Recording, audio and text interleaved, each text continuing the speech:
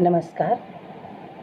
मैं एक homeopathic practitioner तथा प्राकृतिक चिकित्सक होने के नाते आप सबको एक छोटा-सा कोविड-19 से अपने आप को कैसे बचें, ये आपने बहुत बार सुना होगा। लेकिन इसी बीच इम्यूनिटी सिस्टम बढ़ाने के लिए लोगों द्वारा लिए गए अनेक प्रकार की दवाइयों के बारे में मैं कुछ बताना चाहती हूँ। सबसे पहले सुनिए और ध्यान से इस पर अमल करने की कोशिश कीजिए। क्या हम अत्यधिक विटामिन लेते हैं? ध्यान दीजिएगा, क्या हम अत्यधिक विटामिन लेते हैं?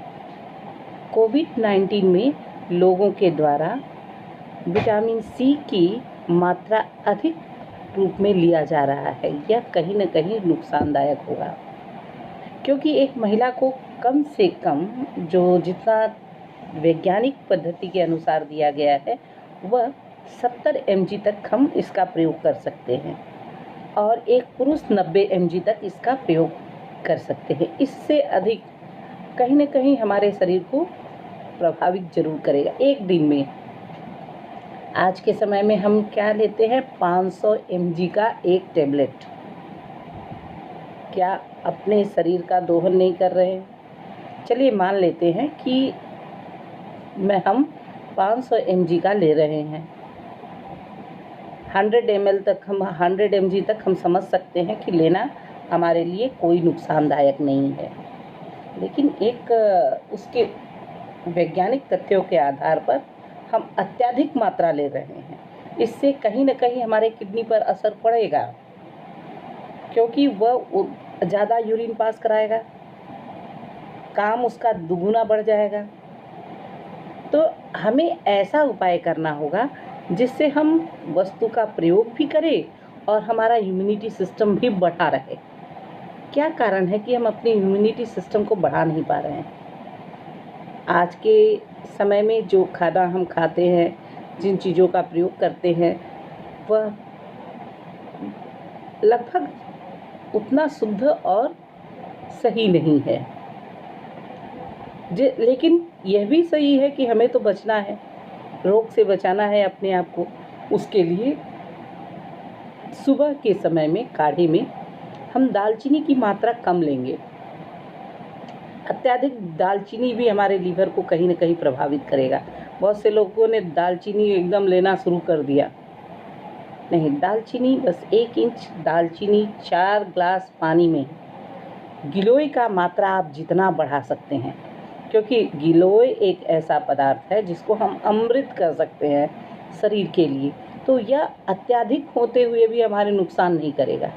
और दूसरी बात है कि यह बुखार पर कंट्रोल करता है, हमारे लीवर क्रिया को सही करता है, हमारे पाचन स्थली को ठीक करता है, हमारे किडनी के ऊपर किसी भी प्रकार का प्रभाव नहीं डालता है, हमारे जो फेफड़े हैं उसके ऊपर किसी भी प्रकार का प्रभाव नहीं, यानी हमारे 6 जो मूल रूप से ऑर्गन काम करते हैं उनके ऊपर यह कोई भी दुष्प्रभाव नहीं छोड़ता है। इसलिए हम गिलोय अत्यधिक मात्रा में लेंगे। लौंग 4 लौंग के नग, जीरा आधा चम्मच, लहसुन 2। इसका काढ़ा बनाकर अगर हम सुबह लेते हैं तो कहीं न कहीं इम्यूनिटी सिस्टम में हम थोड़ा बदलाव ज़रूर देखेंगे। साथ ही संध्या समय में अश्वगंधा का नाम आपने सुना होगा, लेकिन यह बहुत ही सोच समझ कर करना चाहिए। महिलाओं के लिए भी अच्छा है, पुरुषों के लिए भी अश्वगंधा बहुत अच्छा माना जाता है। यह गर्म तासीर की पाई जाती है, लेकिन इससे हमारे शरीर की ऊर्जा जो है, वह जो अंदर टॉक्सिन जमा होता है वह निकाल देती है। तो उसका 1 ग्राम छोटे से चम्मच से, जो रजनीगंधा में आप लोग प्राय देखे होंगे, 1 ग्राम के मात्रा में आप 4 ग्लास पानी में लेंगे एक व्यक्ति के लिए। 2 नग काली मिर्च, दालचीनी 1 इंच, 4 नग इलायची, 1 लौंग, तुलसी के 5-6 पत्ते, पिपली आधा, पिपली का 1 नग लीजिए, उसको आधा तोड़िए, उसको डाल दीजिए। इनका हम एक ग्लास पानी, जो 4 ग्लास पानी था उसको उबालकर हम 1 ग्लास करेंगे और इसको हम कम से कम 2 या 3 घंटे तक इसको थोड़े मात्रा में पिएंगे तो हमारे लिए ये फ़ायदाजनक है। दूसरी बात बताने जा रही हूँ कि हम योग से भी अपनी इम्यूनिटी सिस्टम सही कर सकते हैं। उसके लिए हमें एकाग्र होकर पीनियल ग्लैंड और पिट्यूटरी ग्लैंड को बढ़ावा देना होगा। उसके लिए हमें लंबा सांस लेना है और लंबा सांस छोड़ना है और अपनी उंगलियों के इस एरिया पर अगर हम अंगूठे पर इस तरह का दबाव डालते हैं तो कहीं न कहीं हमारे चेस्ट जो है वह खुल जाता है और वहाँ पे किसी भी प्रकार का अवरोधक नहीं होता है। गले में अगर कंठ में कहीं किसी भी प्रकार का दर्द होता है तो आप उंगली के इस लाइन को यहाँ पे दबाने की कोशिश करें।